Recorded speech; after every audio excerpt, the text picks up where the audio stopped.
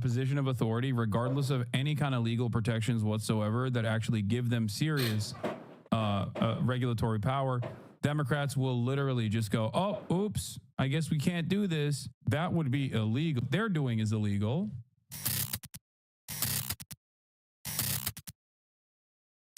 Anyway, let's get to the judge blocking Doge from accessing personal data at the Treasury. There's a new court block. Overnight, a federal judge blocking Elon Musk's Department of Government Efficiency from accessing sensitive Treasury Department records, including the personal data of millions of Americans. The judge issuing a preliminary injunction after 19 states sued President Trump and Treasury Secretary Scott Bessent, saying they violated federal law by giving Musk's team access to the data. Elon is doing a great job. He's finding tremendous fraud and corruption and waste. And in another legal blow, a federal judge Friday pausing the administration's plan that would have put thousands of USAID workers on administrative leave last night, leaving as few as 611 essential employees. The White House accusing the agency of wasteful spending. It came just hours after the agency's name was scraped from its headquarters. When you look at USAID, that's a fraud. The whole thing is a fraud. Unions representing the workers sued to block the leave order, saying President Trump doesn't have the authority to stop the agency's work. Assistance doesn't move from a warehouse into the mouths of hungry people by magic. It moves because brave men and women put themselves in really difficult circumstances in order to move that food. During a Friday news conference, Trump also answered questions about the list of all FBI agents involved in the January 6th investigations demanded by his Justice Department. I'll fire some of them because some of them were corrupt. I have no doubt about that. Also overnight, the president taking to Truth Social, announcing he's revoking former President Joe Biden's security clearance, adding Biden could not be trusted with sensitive information. Now, Trump also said he's ending former President Biden's intel briefings, a courtesy traditionally afforded to former presidents. Mr. Trump saying in his social media post that Biden did the same to him in 2021, at that time pointing to Trump's, quote, erratic behavior. Laura? Of course, President Biden was not indicted for hoarding classified information. Aaron, just last night, more firings by President Trump. What can you tell us about those? Well, President Trump fired the head of the National Archives last night, keeping a campaign promise there. And as you sort of referenced, Laura, that agency alerted the Justice Department in 2022 that Trump had potentially mishandled classified documents when he failed to return records that the agency had requested. Now, Trump also said he's dismissing the Board of Trustees at the Kennedy Center for the Performing Arts, and he's installing himself as chairman of the new board. The Kennedy Center released a statement saying in part that it is made up of a bipartisan board of trustees that has supported the arts in a nonpartisan fashion. Each member is supposed to serve a 6-year term, Laura. All right, Aaron Gilchrist, thank you. Hey, thanks for watching. This week, President Trump proposed a U.S. takeover of the Gaza Strip, put tariffs on China while postponing those on Mexico. Dude, my solution to this could have saved so much heartache. Just like giving Trump 24/7 access to like a TV show and not allowing him to be anywhere near the reins of power. It's win-win. He is constantly tweeting. Okay, he's funniest when he's doing that, when he's got no power but all motion. It would have been great. He would have loved it. We would have adored it. We would have watched him nonstop. He would have made content. And now look at us. Look at where we are. Yeah, give him a Broadway show to produce, give him the arts, give him all the love and admiration that he desperately desires from the liberal elite. That's all he wants.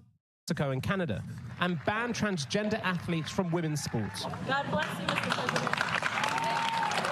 This is straight out of the playbook from his first term, what his former advisor Steve Bannon calls... I strongly believe in the flood the zone theory, which is just overwhelm the opposition. You pick all the different verticals you're going to, and you just drop the hammer. It's executive orders, executive action, all of this. And so away from the press conferences, the real changes from this White House are happening behind the scenes. In particular, the work of Elon Musk, with concerns about his seemingly unfettered power inside the halls of government.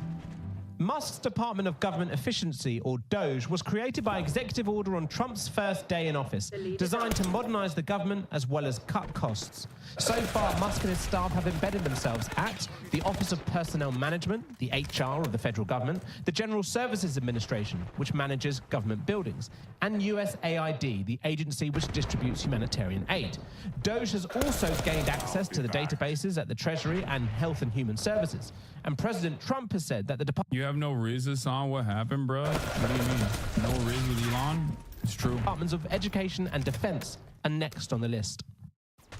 Do you have business here? Democratic politicians tried to enter the Department of Education yesterday ahead of any infiltration from the so-called Muscovites, but they were stopped by a security guard. With Democrats in the minority in Congress, it seems the courts are the best opposition. A federal judge has halted attempts to shut down USAID, while another has stopped DOGE from accessing the financial data of Americans in the Treasury Department. That came after Democratic attorneys filed a lawsuit against the White House. President Trump does not have the power to give our private... Can you explain to me how one person stopped 100 elected officials from entering a building? Democrats have an inability to respond to authority in a negative way. If someone presents themselves as a position of authority, regardless of any kind of legal protections whatsoever that actually give them serious regulatory power, Democrats will literally just go, oh, oops, I guess we can't do this. That would be illegal. They're doing is illegal. But in that moment, they can't do anything. They're like, oh, well, there's cops inside. They'll arrest us. No, they won't. And even if they did, what do you think is going to happen? Apparently, those staffers are ignoring the court orders according to the federal employees on the inside. Yeah, the only time Democrats actually don't care about the authority of a court is if it's a court that is prosecuting Israel, okay? That's it. That's the only time where they'll chirp and say, this court has no power. If that court is the ICC or the ICJ. Information away to whomever he wants. And he does not have the power to cut federal spending that Congress approved, much less to do so by giving the richest man in the world the keys to all Americans' most sensitive information. The courts move slowly, and while critics say the unelected Musk is bypassing Congress entirely and acting unconstitutionally, it could take months for the wheels of justice to catch up with the fast-moving Musk. Just like with his takeover of Twitter, now X, Musk is unafraid to come in and clean out everything, bar the kitchen sink. And President Trump is happy to let him. Mr. President, I wonder what you make of the criticism from Democrats that these staff reductions, the cuts that Elon Musk and DOGE are doing are an unlawful power grab. Is there anything you've told Elon Musk he cannot touch? Well, we haven't discussed that much. I'll tell him to go here, go there. He does it. He's got a very capable group of people. The big question for Democrats... He's got the best racists. I love those little racists. They're calling them the Groypers. Very funny group of people. They said, normalize Indian hate. I tell them, I will normalize it. And those worried whether the Constitution is being broken. It's what happens if even the courts cannot stop Trump and Musk. The vice president has hinted in the past that Trump could simply defy judges' decisions. Of course, the president has to be able to run the government as he thinks he should. That's the way the Constitution works. It has been thwarted too much by the way our bureaucracy has worked over the past 15 years. It kind of abides by legitimate Supreme Court rulings, doesn't it? The Constitution says that the Supreme Court can make rulings, but if the Supreme Court, and look, I hope that they would not do this, but if the Supreme Court said the President of the United States can't fire a general, that would be an illegitimate ruling. With the president away for the weekend, Washington can take a brief breath before another week of headlines, well aware that the next press conference or signing might just be a distraction from the seismic shifts happening away from the cameras. I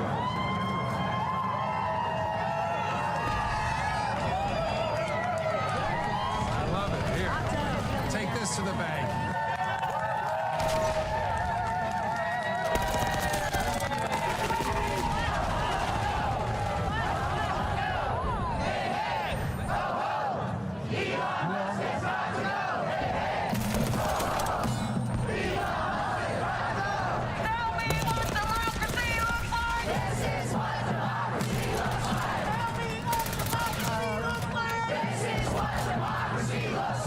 I'm Rana Epting. I'm with Move On. And on behalf of our millions of members that are incredibly upset about Elon messing around with this building back here, I want to thank you for joining us. But I've got some questions. Did Elon Musk win any electoral college votes this last November? Did Elon Musk have the authority to operate a secret government that has access to our Social Security numbers and our Medicaid checks? That's right. No one elected Elon Musk. Hello, everybody. We have convened here in the right place, the Treasury Department. We have got to tell Elon Musk, nobody elected your ass. Nobody told you can get all of our private information. We're here today because an unelected billionaire and his team have been given full and unfettered access to our taxpayer money and our government. We need to provide oversight to Elon Musk and his team. We don't know what they're doing behind these closed doors. Nothing good. The people deserve. There's nothing funnier than someone being like, just dropping in to unfollow. Just watched Asmongold react to a video of you. Dude, you're an Asmongold fan. Like, I don't even know why you were following me to begin with. Like, what? Okay.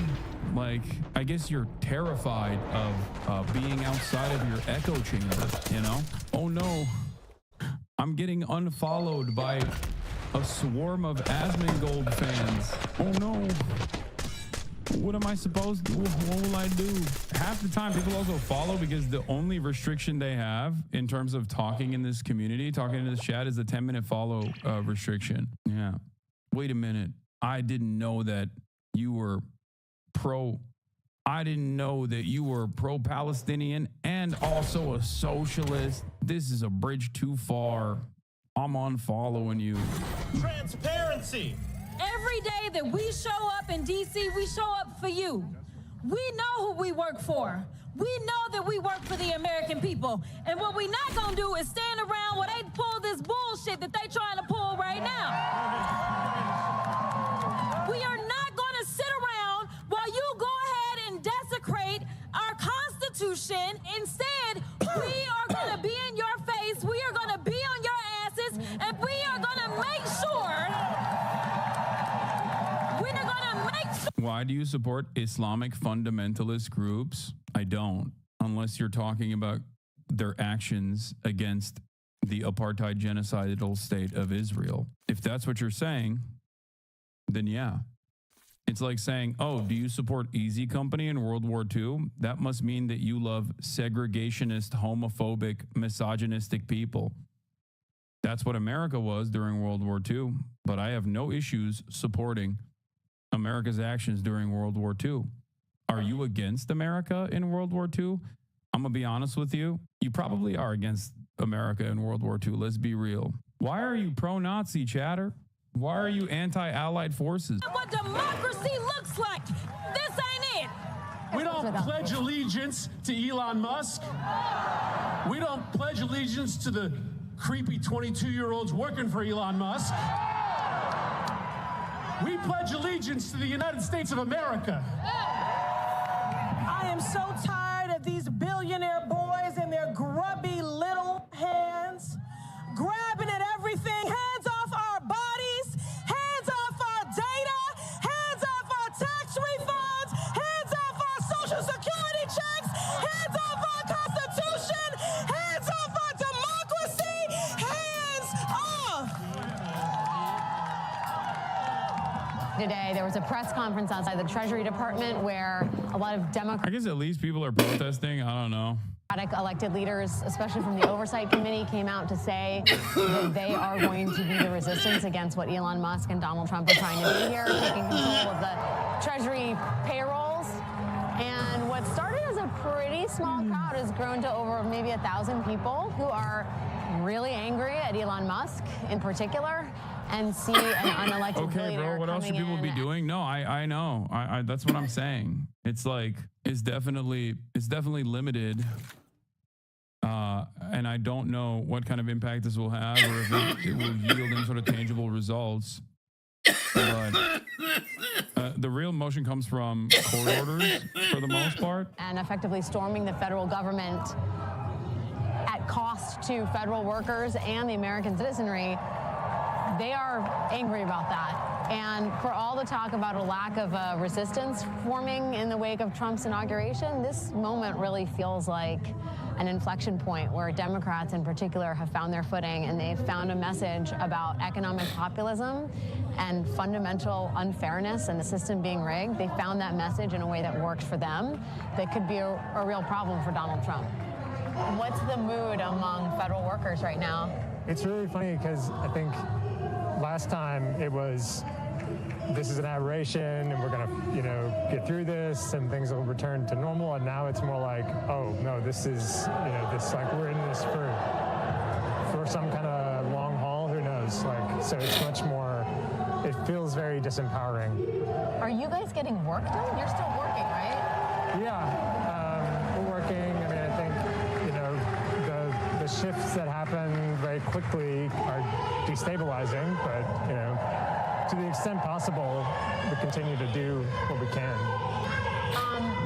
It feels like for a while there hasn't been like an organized resistance with sort of energy and focus, and I don't know if I'm overstating the case here, but this feels like an inflection point for that. This feels much more exciting than I think we've seen. I was thinking about this the other day. We feel like we have protests and they have rallies, and this feels like a rally. I mean, I've been in government nearly 20 years. I would like it to be more efficient, but not like this. This ruling is absolutely insane. How on earth are we supposed to stop fraud and waste of taxpayer money without looking at how money is spent? That's literally impossible. Something super shady is going to protect scammers. Dog, you literally were celebrating abolishing the Consumer Financial Protection Bureau yesterday. What do you mean? Like, there is no, I don't even know what to say anymore. It's just like so obvious that these guys don't care about scams. You are the #1 rube if you believe that Elon Musk actually has your best interest in mind. New York Judge Paul Engelmeyer just forbade all political appointees, including Treasury Secretary Scott Bessent, from accessing Department of Treasury data, all based on BlueAnon conspiracy theories. Those theories couldn't be challenged because the order was ex parte, meaning Trump's lawyers weren't warned and couldn't weigh in. Only Democrat attorneys general were allowed to argue. The judge cites no law or logic to support this unprecedented order because it defies both. The judge's ruling is, in essence, that Scott Bessent simply occupies a ceremonial position without real power, like the King of England. This is a grenade for the Treasury Department. It forbids the elected government from accessing information about budget and finances. It means Scott Bessent's subordinates have far more power than Scott Bessent does. Democrat pundits who lie about the Constitution are liars and will shred it in the first chance that they get. Meanwhile, you're glazing an administration that tried to abolish a thing that is in the Constitution, which is birthright citizenship. So I don't know what we're talking about in terms of like constitutional interpretations or shredding the Constitution. Better yet, SCOTUS should bar this judge from ever hearing similar cases again, and every Democrat lawyer involved should be sanctioned. Blue checks confused by Elon not acting in their best interest. Oh yeah, I saw these arguments. What's wrong with the CFPB? They actually got consumer wins. CFPB announces a return of $1.8 billion in illegal junk fees to 4.3 million Americans harmed in massive credit repair scheme. What is the deal with the CFPB? I'm genuinely curious at Elon Musk. As a normal guy, can you please respond and tell me? I assumed it was created for our protection. I've used the CFPB after my bank was giving me the runaround, and I had a bunch of fraud charges that they wouldn't refund me after telling me they found them as fraudulent. Within a week, I had my money back. So explain to me how this doesn't benefit us as American citizens. This one just really baffles me, and I'd love an actual explanation. Yeah, not on board with this one, unless you bring some pretty damning evidence as to why. Do consumers not need to be protected? Wow. Wow, guys. I'm beginning to feel like this billionaire, I'm beginning to feel like this billionaire doesn't have the average Joe's best interest in heart. Perhaps they will understand eventually that when Elon Musk says he's combating fraud, he's just calling whatever he doesn't like fraud. Just like when Donald Trump says they're going after violent criminal migrants, they don't actually go after violent criminal migrants. Okay, they're going after all migrants that they can get their hands on, including documented migrants that they can get their hands on. That's it. They're just simply saying that because that is marketing. Okay. The problem is a lot of people hear someone that they agree with. Okay. They hear someone that they agree with that they think is defeating their ideological opponents, and they immediately drop all critical thinking and they just assume, oh yeah, well, this guy's saying that he's going after violent criminals, so I'm inclined to believe him. He must actually be going after violent criminals. And the second problem is when they're met with the reality that they're not just going after, they'll just end up doubling down. How do you know that? Is there any evidence? Yes, ProPublica actually came out with a report that out of the 8,200 migrants that have been deported so far, more than 50% of them actually have no criminal background whatsoever. And there are plenty of those who have a criminal charge that is marginal, inconsequential, would not ever lead to something as massive as deportation. Okay? Like trespass, like a trespass charge or a moving violation. But I thought they were just taking out all the violent criminal rapists and serial killers that were roaming the streets because I guess in the previous administration, they just refused to prosecute that sort of thing in our court system. Like that's what you have to suspend your belief. Okay? You basically have to assume that the Biden administration, the Biden administration, was simply forcing the court's hands and law enforcement officers in general to no longer prosecute crimes as long as it was an undocumented migrant committing this. Okay? This is an insane position to operate on. And yet, it is a commonly held perspective. It's crazy. Right-wingers are purposely two-faced about this. They say violent crime, that if you show facts, they say, well, all border crossers are criminals. They know this and they don't care. Yeah, some of them. For sure. I don't know why Kaya just hates the bed ever since I moved it. Like, she hates it more than before. Anyway, Kaya with the plausible deniability, half on, half off. Yeah. So Elon Musk says he's looking for waste and fraud, but the Consumer Financial Protection Bureau costs less than $1 billion a year and has returned $20 billion and counting to consumers in roughly a decade. Interesting. It seems like the people that are going to benefit from this are fraudsters. People who want to defraud the American public. That's who stands to gain from this decision. You know, absorb it, the actual people that Elon cares about, and not the regular average Joe. Not like just wanton destruction. So. Are people fearful right now?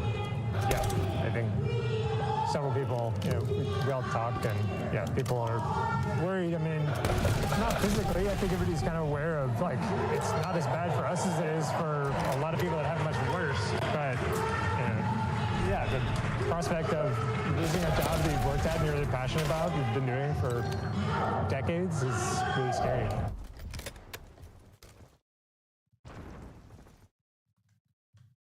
Yeah.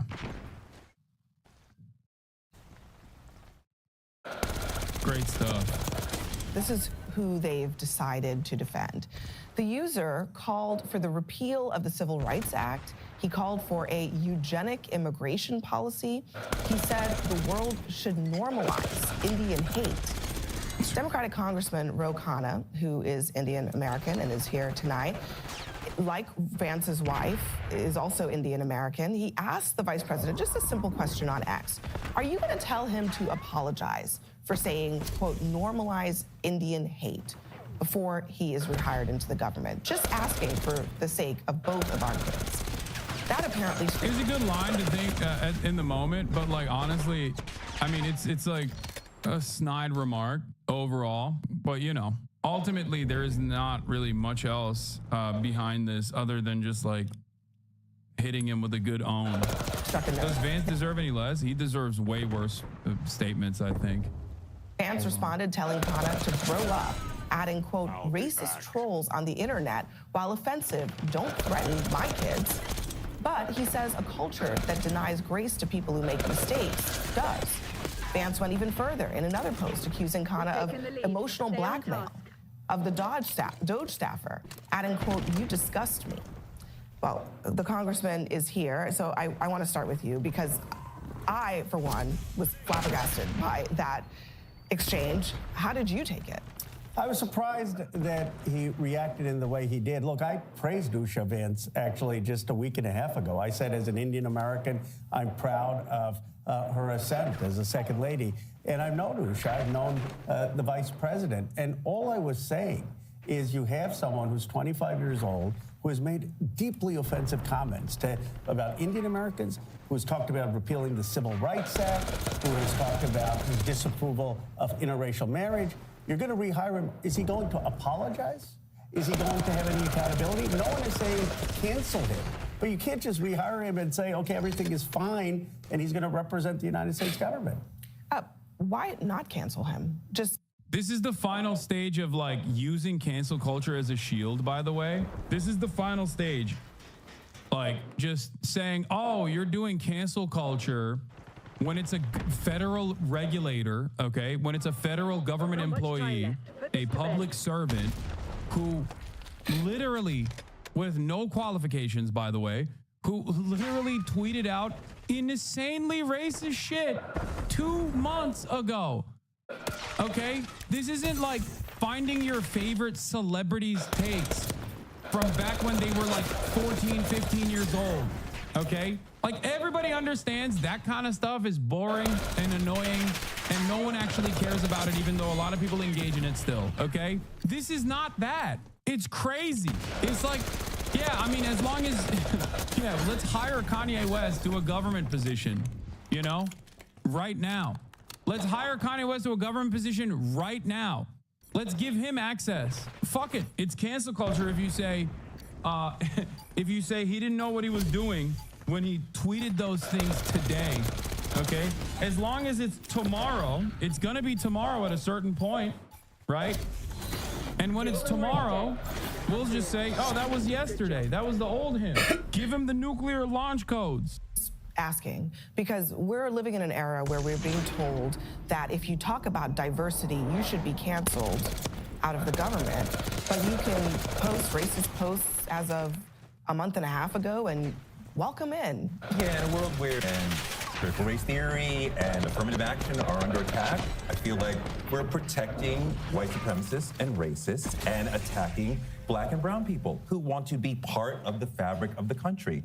And I'm curious how the vice president would explain to his Indian children why he stood up for somebody who said normalize Indian hate. Like, what would he say? And that issue may not come up today. He also called the guy a racist troll. He acknowledged that this person who he wants back in the government is racist. They obviously fired him in the first place, right? Why did they fire him? Well, and I think there's two things that I see happening here. The first one is that this is the signal to his voters that we are going to let these things slide, that you can't be canceled anymore. For all of us, however, the other vast majority of Americans, we're standing by the fact that we are going to hold people accountable to that. And with all due respect, what do you mean? What do you mean by that? What do you mean by that? In this particular circumstance, this is a moral character bedrock of somebody's perspective of the world. I don't care what you got on your grades at Stanford. I don't care what coding competition you won. These are not the kinds of people who should be filtering the biggest decisions in the design of this So what, he's banished off into the desert for eternity? Like, wreck his life, wreck his career, send him off into nobody. So you're okay with racism in your party? Hold on, man. Let me finish. That is not what I said, so don't even go. Fuck this motherfucker. This guy right here. Were we supposed to banish him? Worse. We should do worse.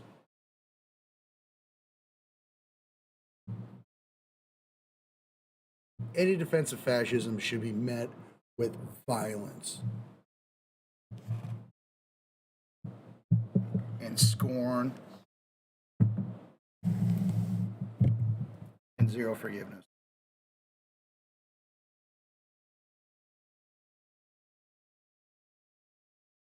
What, should he be banished? Yes.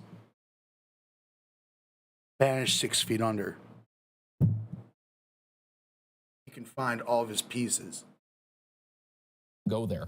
Absolutely not. I think it's abhorrent what he said. I frankly agree. If he's willing to acknowledge what he said was wrong and apologize for it, we are a compassionate people. Why can't we give us... He didn't do that. Well, we don't know that he's done that or not. But he has access to the World Wide Web. And you're welcome to apologize. We're very much looking forward to it. I'm just saying, and also, the congressman asked J.D. Vance, the vice president, should this person apologize? Vance didn't say, yes, he should.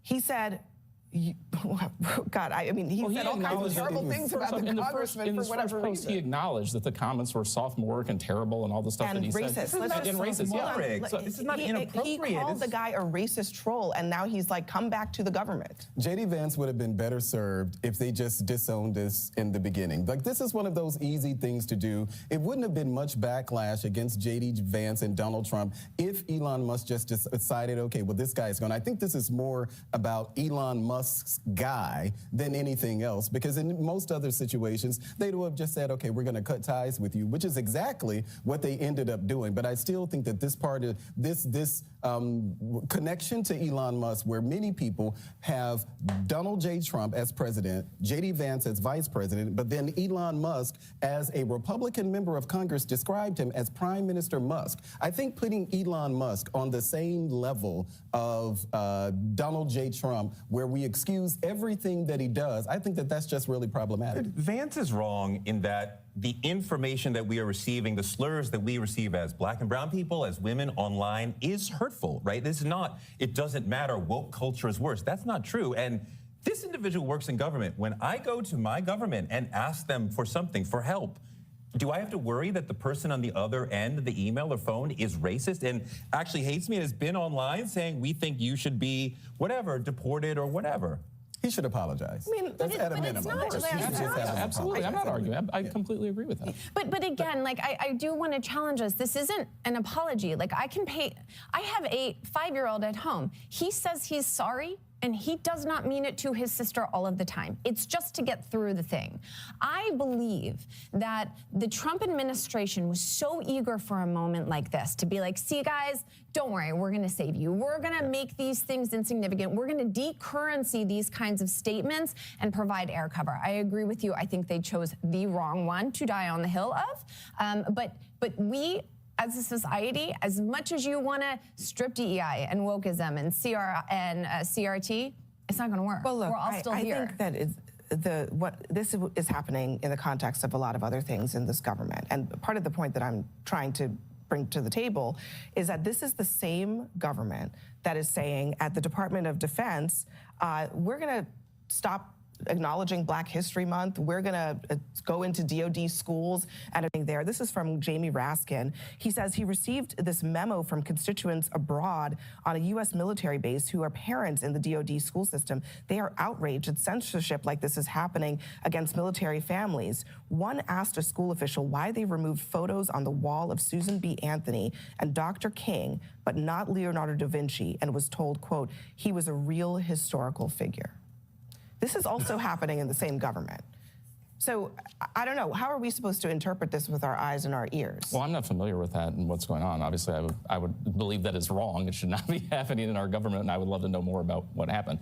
We're talking here, we're talking about two different things. If it's about DEI and qualifications for jobs versus giving somebody a second chance, that's what the difference is. Those are not different things, okay? Because if we talk about qualifications for a job, and you're also telling me that you are willing to hire somebody who... Why do these guys still try to maintain like any sort of aesthetic grounds that they care about any of this? Like the very fact that this current conversation, when you actually dive in, the very fact that this current conversation that they're having on CNN right now is about the hiring, firing, and rehiring of a government employee that was outed as having openly racist tweets where the vice president, who is married to an Indian woman that the dude was being racist to, actively, after getting bullied by racist neo-Nazi accounts on Twitter, turned around and said, yeah, actually, we should rehire this guy who thinks my children and my wife are inferior. It's interesting to me that there are even still Republicans that they send out to these, to these conversations to try and like defend this otherwise indefensible position. Who is this for? I think the people that like this sort of thing, they like it. They know exactly what it is. They like it precisely because it is a complete domination by overt racists. Who is a self-described racist, then how is that person qualified for a job serving the American people in the government? Look, what explains the vice president? Here's what I didn't understand. I mean, he was so emotional about this and such an outburst. I'm not saying that he's not condemning the racism. He did, but why can't he just say, yes, the person is before being reconsidered? What is the hesitancy for him to say it? Is it political that he doesn't want to offend a base? What is it that he can't say that? Well, I came on here, I'd not seen your back and forth, I'll be honest with you. Okay, I can't speak. Look, I can't speak for the vice president, but I do know that he condemned the remarks from the outset. But do you think he should? So we're all wasting our time here. Thank you. Before someone is hired, he should. I'm not going to tell the vice president what he should or should not say. You're not. I agree that I think the guy should at least acknowledge what he said was wrong. And if he doesn't do that publicly, do you think he should be fired? The guy, if he doesn't acknowledge that. Yes, I'm very clear. I think he needs to acknowledge that he should not be hired back. And do you think it would be a big mistake in terms of the signal that Donald Trump and J.D. Vance are sending? No, I'm not getting into the signals and stuff. I'm talking about signals. No. Again, we are saying that we are here to protect racists and white supremacists and the manosphere. That's what we're here to protect. But what signal do you think it sends? He's right.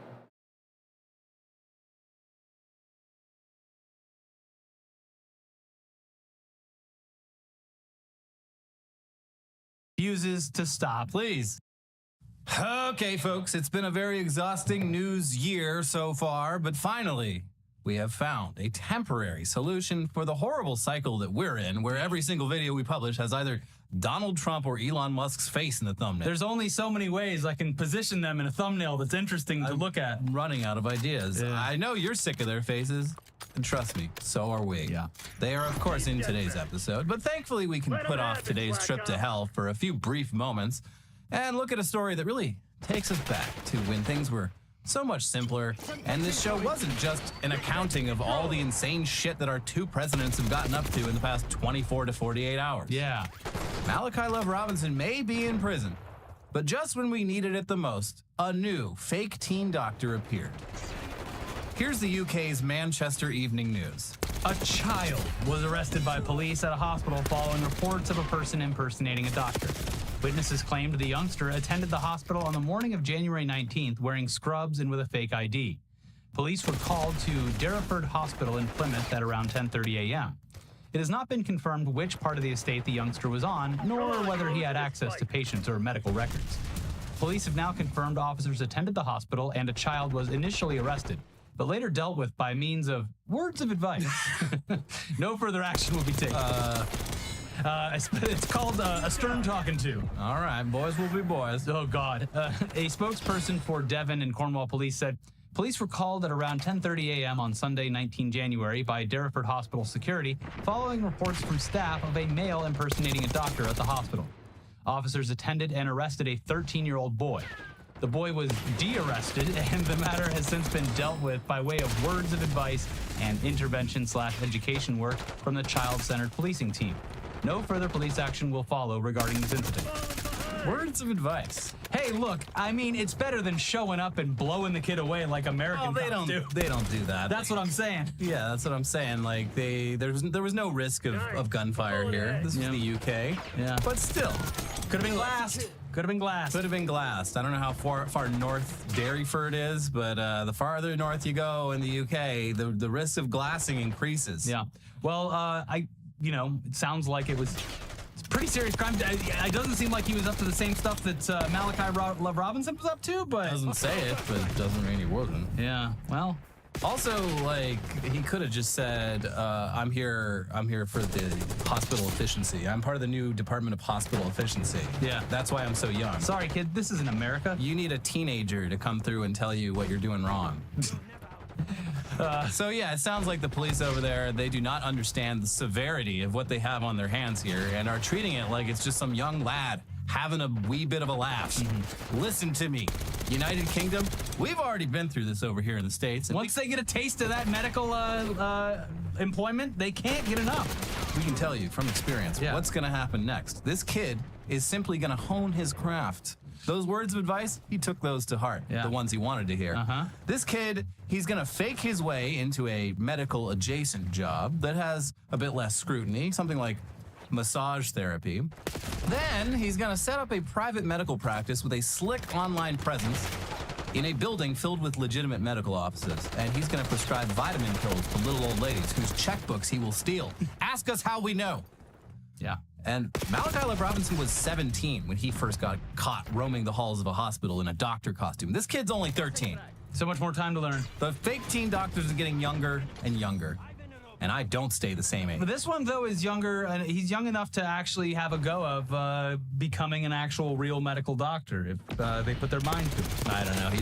He's already on the wrong path. I don't see it happening. He's going to prison. 13 is... He's going to rob old ladies. 13 is so young where I have to just... All I can imagine is him holding a lollipop and having a hat. Goo goo gaga. Yeah, bonnet. Yeah. Like, what is it? What they could have been, and look, it could have been terrible. But was his lab coat was it like 2 sizes too large? Yeah, Like, I'm having like the arms are hanging down below his hands. I'm not around 13-year-olds. But I feel like they look pretty young, like pretty obvious. I got some friends with like teenage kids, and yeah, they look like fucking teenage children. They're quite obvious. Yeah. I mean, at least in America, medical school takes years and years. Maybe in the UK, they're just letting kids do it, and that's why... In America, we've been conditioned to accept the Doogie Howser look. Yeah. Does the UK have a British Doogie Howser? Was it like one of those British things that we actually stole the show and we didn't know that it was actually taking a show? Because then... Like Dragon's Den? Or so many more. The Office? Yeah, so many. So many great ideas that we've... colonized from our colonizers. How does it feel? Not so good, huh? Yeah, but I don't think this will be the last we hear from this young doctor. No, he'll be back. Trust me, we know. He'll be back. But in other news that we're using to delay talking about the sad state of the U.S. government, the global war on drugs has been, to put it lightly, a total failure, with drugs emerging as the clear winner. Ding, ding, ding. We declare drugs the winner. And with the rise of fentanyl, things have gotten even worse in recent years thanks to the danger of overdosing due to cross-contamination. But what is there to do about this? The libertarian answer is we should simply legalize all drugs, even though libertarians are baby-brain clowns. They do kind of have a point there, as shown by the effect cannabis legalization has had on illegal drug business. Of course, compared to a lot of other drugs, cannabis is relatively safe and has never killed anyone. Though if they keep insisting on making that shit stronger and stronger, maybe they actually will kill someone. I think that seems They're to be working their on goal. it. Yeah. They've said no one's died from cannabis yet. Yeah. And I'm gonna distill an entire forest of cannabis plants into just a little bit of wax right here. Yeah. And one hit from this is gonna put you to sleep for 7 to 12 days. The scariest is the wide discrepancy in potency, because in a cooler you'll have like a drink that has 5 milligrams in it, next to one that has it says 10 milligrams, but it has 10 servings in one thing. Yeah, there's listen, I think it's... I don't want to see the face of God yet. I think it's good that it's legal, and I think it's good that they're finally coming around to the idea that a lot of people don't want to get completely fucking blasted on this shit. I just want to, like, watch some TV and go to sleep without rolling around for an hour and a half. I talked to a friend, an older friend who hadn't smoked in like 2 decades, and said that he got offered some and took a hit, and he said that he made the friend drive him home. Yeah. And he was like, it was horrific. Yeah, it's not fun. It's not a fun time. I don't like it. It's full on tripping now. Yeah. They gotta turn it back down. Yeah, they gotta get the diet weed. Anyways, what about something like cocaine though? I mean, it can certainly kill you. That can definitely kill you, but its legal status has also killed a whole lot of people. And the president of Colombia, where most of the world's cocaine comes from, has some ideas about what to do about that. Okay, here's Politico. Colombian President Gustavo Petro said during a government meeting that cocaine is not worse than whiskey, and that it's only illegal because it comes from Latin America. Colombia, the world's largest producer and exporter of cocaine, has spent decades fighting drug trafficking, but the country's left-wing president claimed the drug was being scapegoated by American politicians who have waged the war on drugs for decades. Cocaine is illegal because it is made in Latin America, not because it is worse than whiskey, Petro said during a 6-hour-long government meeting. Scientists have analyzed this. Cocaine is not worse than whiskey, he added, suggesting that the global cocaine industry could be easily dismantled if the drug was legalized worldwide. If somebody wants peace, the business of drug trafficking has to be dismantled, Petro said. It could be easily dismantled if they legalized cocaine in the world. It would be sold like wine. By contrast, Petro pointed out that fentanyl, a contributor to the opioid crisis in the United States, is killing Americans, but it's not made in Colombia. Fentanyl was created as a pharmacy drug by North American multinationals, and those who used it became addicted, he added. God, he's like, it's not... You're not wrong about most of that. Yeah, not technically wrong, but yeah, there's a lot that goes into just not killing you. Though I do agree that, yes, one of the things that was important on the way out of Biden administration was the Surgeon General being like, yeah, by the way, alcohol is extremely fucking dangerous and definitely can and almost certainly will kill you. Yeah, it's not good. But having said that, I would imagine that doing a strict diet of purely cocaine also probably not great for you. Oh yeah, everything in moderation. Like a fine wine. Yeah, no, just with dinner. Yeah. You know, if you're drinking the whole bottle of wine yourself, that's not great. If you're taking the whole bag yourself, that's not great either. It's for sharing with friends. You bring it to a party and it brings people together. Wine brings people together, and so does that good Colombian white stuff, free from American fentanyl. Probably intentionally leaving it out, but the fact he's speaking to a group of people who clearly are fine with it and definitely use it, it's the problem that other people should have it. Yeah. And yes, this is the same Gustavo Petro who last week got into an international standoff with the Trump administration over its treatment of Colombian deportees. So maybe he's just doing a little bit of trolling. But also, cocaine production has been a massive problem for Colombia for a very long time, and criminalizing it hasn't fixed the problem, so problem's still there. In fact, according to the UN, cocaine production in Colombia hit an all-time high in 2023. Business is booming. Legalization would mean, first of all, that the product being sold isn't cut with fentanyl or other substances. And secondly, it would provide an insane amount of money to the Colombian economy that up till now has mostly just gone to the cartels. Of course, most of the customers buying it aren't in Colombia. They're in Washington, D.C. and New York City. They're on Capitol Hill. Yeah. Tearing the wires out of our government. Now, of course, this would require other countries to legalize cocaine, which will almost certainly not happen. But hey, at least they're exploring new ideas down there. And of all the things that Trump could do to make America of today look like the America of the 80s. Yeah, he's missing one key ingredient. And a couple of keys to go along with it. One key ingredient. So look, Miami's going through a bit of a period right now. They're on the tail end of the crypto boom. They need another dozen skyscrapers. And what builds skyscrapers faster than crypto money? Yeah. Cocaine. And think about it, like, just like we were talking about with weed, where like you can get the 5 milligram edible and like, you feel a little bit nice. Like they can do that with cocaine where, I'm not trying to stay up to see the sunrise. Too old for that shit. I just want what my great grandfather experienced when he popped open a bottle of Coca-Cola. Just a well-regulated. One little zip, little extra pep in my step. I want to be able to go to my local cocaine manufacturing, and I'll do a tasting, please. Bring them all out. Yes, notes of medicine. This one's got notes of also chemicals and medicine. This one, having lived in LA and been around people, I don't support this at all. It's the most annoying drug on the planet. Yeah, well, that's because they're doing so much of it, and you don't know what's in it. It's full of meth and shit. This is artisanal, farm to table Colombian cocaine. Okay. Okay. This isn't for your local college student. This is for connoisseurs. It's got that like Italy does the DOCG on it. It's got the Petro seal. You can't call it cocaine if it's not from Colombia. It's just like bourbon. Yeah. Anyways, yeah. And Canada already said they're not buying any more American cocaine. They're buying, and they're not buying any more American fentanyl. That's right. They got a whole czar dealing with that now. But yeah, don't do cocaine, guys. Don't avoid drugs in general. But if you're gonna do them, pour yourself a big cup of Arabic coffee. It's very strong. Whatever. But moving on.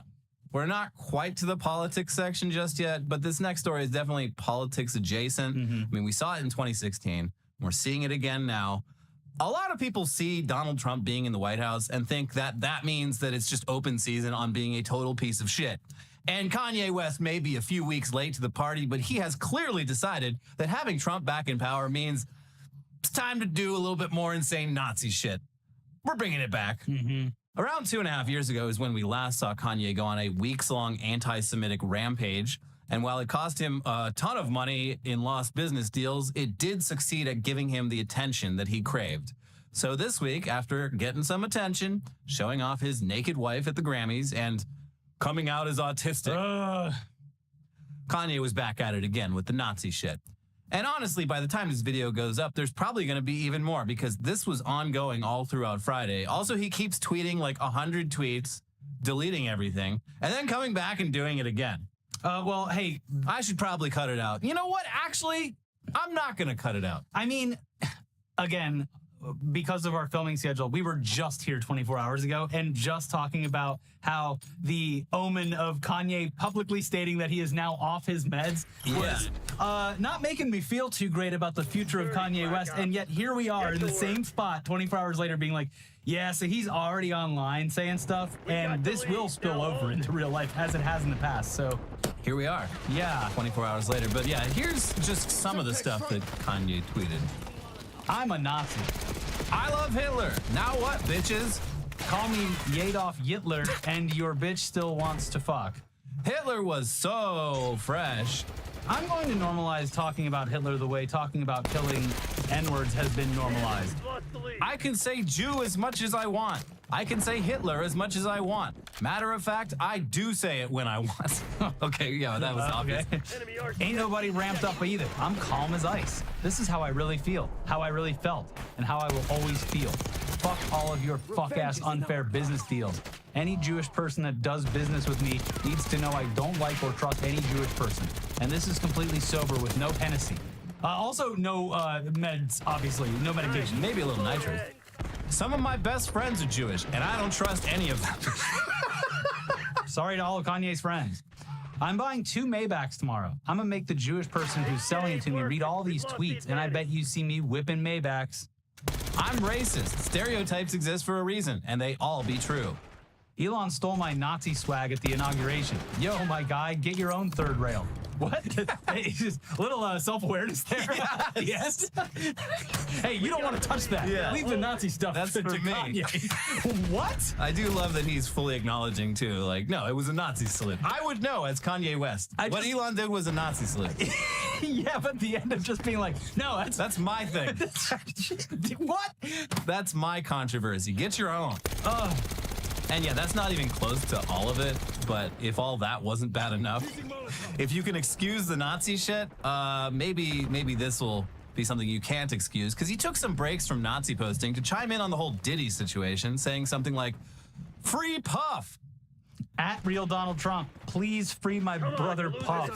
I stood up for Puff, and I'm still winning 20 Grammys next year and doing the Super Bowl. I don't think so. I don't think he will. I don't think he's going to be doing any of that. And it wasn't all anti-Semitism and sticking up for Black Jeffrey Epstein. There were some interesting tangents. Like, for example, at one point, he seems to have claimed that he had sex with Ivanka Trump. Okay, so that's the whole Kanye situation currently. Yeah, it's a lot. Yeah. It's a lot. There's a lot of tweets, not all of them about anti-Semitism or how much he loves P. Diddy and everything he did, or about fucking Ivanka Trump. There's some really strange ones in there. Sometimes he's writing long-form essays. Sometimes he's going all caps. And I'm going to do it. I'm going to touch the third rail. Yeah. But he is He's what they say in the medical industry. He's manic. Yeah, he seems to be in a manic. He's in a manic state because he's bipolar, not autistic. Maybe he's a little autistic, but he's very bipolar. And having autism doesn't make you a Nazi. Yeah, as if we have to keep saying that. I just want to clarify for all the autistic people out there and the non-autistic. But we do have a way to solve this. Someone needs to get Jonah Hill on the phone right now, talk Kanye down, put on 21 Jump Street, the movie that saved him before. Yeah, that's last time this ended all kind of with a whimper. He's just like, all right, I watched 21 Jump Street, and that Jew, Jonah Hill, that is one funny Jew. I can't stay mad at the Jewish people after seeing Jonah Hill's masterful performance in 21 Jump Street. And Kanye, he's got so many more movies than that. And he's great in pretty much all of them. He really is a national treasure. And yeah, maybe you need to be reminded of that. Yeah. He surfs now, which is pretty cool. He's also a bad boyfriend, but maybe you'll be into that. Yeah. I bet Kanye would be into that. Could be. Yeah. Anyway, we've now reached that point of no return, where we have to once again talk about Elon Musk and his Hitler Youth Brigade. My heart goes out to you. So last we checked, a day ago, one of the young boys that Elon had put in charge of the U.S. government had flown a little too close to the sun and had been forced to resign from his position due to blatantly racist tweets of his being uncovered that weren't even old and had in fact been posted within the past year, within the past few months, within the past few weeks. Yeah, literally weeks ago. Now, this was good news considering that this kid, Marco Ellis, had reportedly been granted read-write access to the U.S. Treasury's computer systems. But it did strike some as odd that a few racist tweets would cost someone their job, considering their boss was on stage doing Hitler salutes just a few weeks earlier. And sure enough, within a day, Elon was polling his followers on whether he should give little Marco his job back. And Vice President J.D. Vance was endorsing the idea with, "Here's my view. I obviously disagree with some of Ellis's posts, but I don't think stupid social media activity should ruin a kid's life. We shouldn't reward journalists who try to destroy people, ever. So I say bring him back. If he's a bad dude or a terrible member of the team, fire him for that." Sir, these aren't old, resurfaced tweets from years ago. This isn't someone who was even 25 is, especially in the Teen Boy Squad. He's a 25-year-old boy. He's about to age out of the Teen Boy Squad. But still, 25 on the upper end of this. But still, this isn't someone who's 35, 40, 50 or whatever, going back and they're pulling tweets from 20 years ago or something. He said this 3 weeks ago. This isn't a millennial posting in 2010. Yeah. This is someone posting. This is a Zoomer posting in multiple 2025. Yeah, within weeks. And while at these jobs, while working for Musk, while working at X, while apparently knowing that he's going to be working for the government, tweeting this stuff. Also, your wife is of Indian descent. Yes, yes. So, of course, we're going to unpack. First off, it should be noted that among Marco's racist tweets were, "You could not pay me to marry outside of my ethnicity," and "normalize Indian hate." And of course, J.D. Vance is in an interracial marriage with an Indian-American woman. The word cuck has lost much of its meaning over the past few years, but this is some serious cuck behavior from J.D. Vance. He's literally admitting that racist bigotry toward his wife and himself does not make someone a bad dude. Yeesh. Maybe defend your wife instead of this random person online. No, this is like the definition of cucked is like selling out your wife for political gain. For the approval of someone you don't even know. Approval of a 25-year-old like groiper. Also, you can't say that Marco Ellis is just some dumb kid who said some dumb shit like kids tend to do, and also endorse the idea that he should have full access to highly sensitive government systems. Yeah, it's one or the other. Either you can't be boys being boys and then give them the levers of power. Yeah, either this person has no responsibility for their actions, or they have enough responsibility for their actions that we let them have control over the fucking U.S. Treasury. They don't have control over their actions, but they are supposed to be in control over the financial stake of millions of people. So yes, Ro Khanna, who is Indian American, replied with, "Are you going to tell him to apologize for saying normalize Indian hate before this rehire? Just asking for the sake of both of our kids." To which Vance replied, "For the sake of both of our kids, grow up. Racist trolls on the internet, while offensive, don't threaten my kids. You know what does? A culture that denies grace to people who make mistakes. A culture that encourages congressmen to act like whiny children." Fellas, is it woke to defend your wife and children from blatant racism against them? I mean, Jesus Christ. Also, in that response, admitted that the dude posted racist tweets. Yeah, it was racist, but I didn't have a problem with it. I want to be clear. And I speak for my wife, who is Indian, and I'm speaking for her. And my fucking children, who this guy probably thinks are like fucking mongrel half-breeds. Yeah. But you know what? First Amendment. So anyway, this little racist, the little racists, the little rascals. Yeah, he has to do that little thing with the hair in the back. Yeah, he could be alfalfa, but this little racist got his job back. Yeah. Here's CNBC. Elon Musk said Friday he will rehire a Doge staffer who resigned from a Treasury Department post after the exposure of his tweets advocating for racism and eugenics. Musk's announcement on his social media platform X came after Vice President J.D. Vance urged Musk to hire the staffer back, and President Donald Trump endorsed the view. He will be brought back, Musk, the head of Doge, wrote on X in response to Vance's recommendation. To err is human, to forgive divine, Musk wrote. Less than an hour earlier, Trump was asked about the post by the 25-year-old former staffer, Marco Ellis, and Vance's opinion that he should be brought back to Doge. Well, I don't know about the particular thing, Trump said during a press conference at the White House with Japanese Prime Minister Shigeru Ishiba. But if the vice president said that, what'd you say? I'm with the vice president, Trump said.